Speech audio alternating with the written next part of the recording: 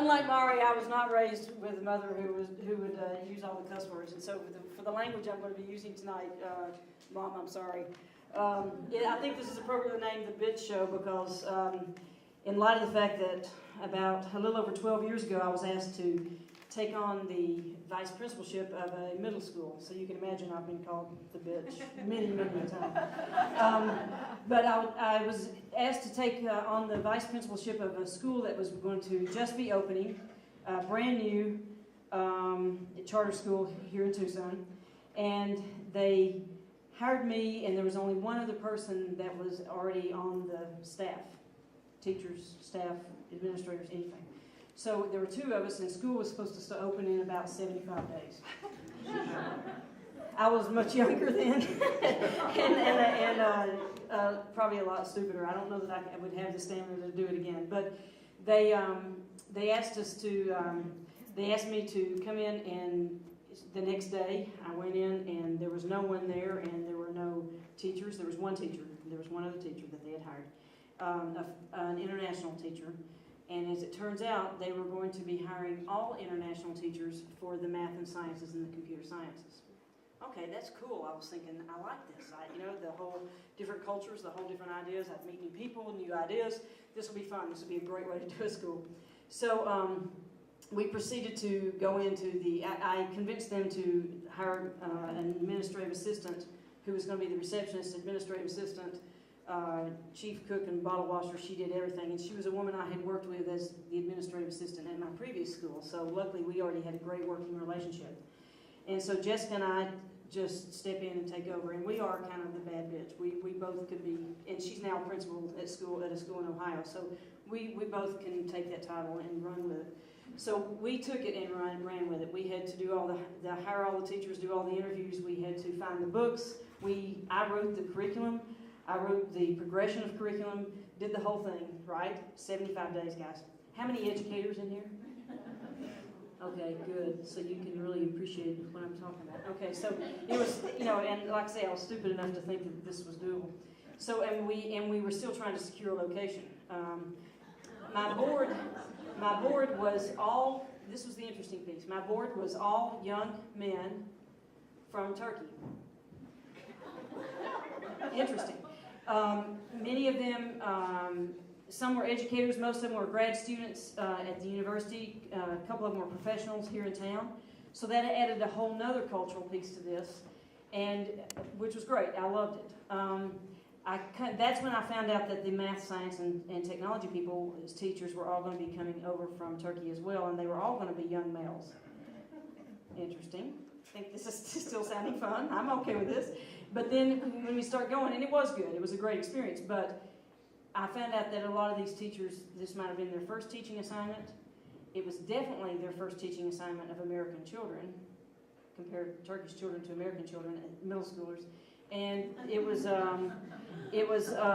their English, it was the first time they had used it outside of their classrooms in Turkey, for the most part. So we're looking at ESL in a whole new way. Yeah, it's who gives a shit about the kids' ESL? I was worried about the teachers' ESL. So it was. I'm starting to get a feel for this, but I'm thinking this will be cool. This will work. So we're about T-minus 10 days opening, and I wasn't sleeping, and it was something. I had hired the American teachers and staff. That was the history, language arts, the non-science technology people. And so one day it dawned on me, oh my God, I've got middle schoolers coming in, and they're going to have teachers who have no idea what the profanity in the English language is. Sitting ducks. So I called over my English teacher, who had also taught with me at my previous school. Young guy, profane, great sense of humor. He and I got along really well. And I said, Mark, I need you to teach the Turkish staff, the international teachers, the profanity in the English language. And he goes, me? Get the hell in there and go. And I'm rounding up all the teachers, and they're on the way. So I let all the teachers know that the next day there was going to be a class on profanity in the English language. They weren't real sure about this woman. I was older than them. I'm an American woman. It didn't compute yet, and so they were taking it face value. So they seem to trust me for some reason. I'm not real sure, and they still like me today. So whatever. So Mark's going to have the class. Meanwhile, about 2 days before, they hired the principal, also a young Turkish man with very little experience. My administrative assistant and I said, we're running through this. We're on a roll. We're going to keep going. We don't have time to get him up to speed. So I was still just running the show. And the next day, when it was time for that class to be going on, I realized I had not told my principal. I'm thinking, this could be okay, but this could be a disaster. He might not find this to be very humorous. And so I called the administrative assistant. I was already out running errands, and I said, where's Mark, the English teacher? And she said, he's in with the class with the teachers. And I went, where's Ilhan, the new principal? Oh, he's in there with them. I said, how did he know this? Oh, Mark came and invited him. I went, how did he act? He just went. I said, oh my God. So I ran tearing back to the school. I run over to the English classroom, open the door. I open the door. Now this is a classroom, the whiteboard's there, the chairs, the seats are there, and I'm coming in the back door. So I open the door, and of course they all hear it, and the first thing I see when I turn and look in is I just saw about 12 guys going. It was like I caught them with their hand in the cookie jar. You know, and it's all men, and Mark's standing up at the front, and they're all just looking at me kind of like, oh shit. I'm looking, and I look up at the board, and I see things that you don't want to see as a vice principal at your school. My mother, sorry mom, but here it goes. Here's what's on the board. Piss, shit, I was going to remember, piss, shit, fuck, cunt, not my favorite word, motherfucker, cocksucker, and tits. And I'm thinking, I'm vice principal of this school, and I'm in deep shit. And I'm looking, and I look at the guys all like this, with all these words behind them. Mark's standing up there like, this is the greatest class I've ever taught. And I said, and I didn't know what to do, I found out later that the reason those particular words were there, Mark was using as his teaching technique and his teaching tool, he was using a video. George Carlin's, the 7 words you can't say on TV. So he had the video thing going, and that's why those particular words were there. There were lots of others, but those stuck out. And so I said, I didn't know what to do, and I just said, is everything okay here? And in unison, it was like they had it planned. In unison, they go. Right. And so they, I said, okay, I'm out of here. The last thing they wanted was an American woman in there, because I mean this was so unusual for them.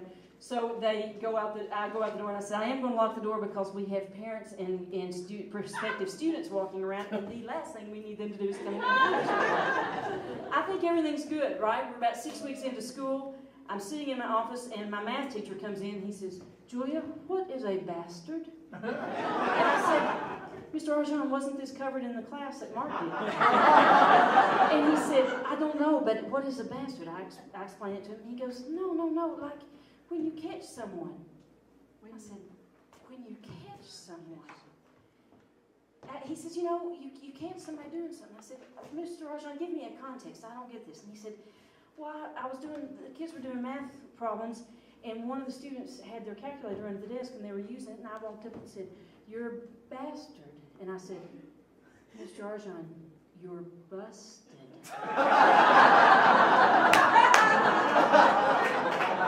He goes, oh. I said, who's the student that you said that you called a bastard today? And he said, Daniel. And I went, oh man, 8th grade boy, that alone tells you enough right there. But Daniel was a very special kid. Special needs in that he might be genius, but he also had learning disability, dyslexia and stuff. So if those of you who are educators can understand that combination, oftentimes those kids are just troublesome, and he was troublesome constantly. I had to call police on him before, I had to call his parents constantly. Daniel, could we have done this to somebody besides Daniel? So I said, well, let's go find Daniel. Where is he? Well, he's at lunch now. So we go down, the kids are eating outside under a Ramada, all the 8th grade boys at one table. Great. So Mr. Arjan's standing with me, and I said, Daniel, he turns around. I says, could you come here just a minute? And he's always like, whatever, it's Miss Anderson. So he gets up, unusual kid, right? He gets up out of the chair and he goes, and he just stands like this right beside me. Doesn't give me eye contact, hair really long, hanging down over his face. I said, Daniel, I understand that one of our teachers was really rude to you today. He goes, nope. I said, Daniel, what did Mr. Arjan call you today? A bastard. I said, Daniel, you're busted. He goes, he saunters back over to the table, sits down. And Mr. Arjan and I are walking away, and about 5 seconds later, the entire 8th grade boys' table burst out into laughter. So I thought, well, we'd have to call parents. And luckily, I knew the mom.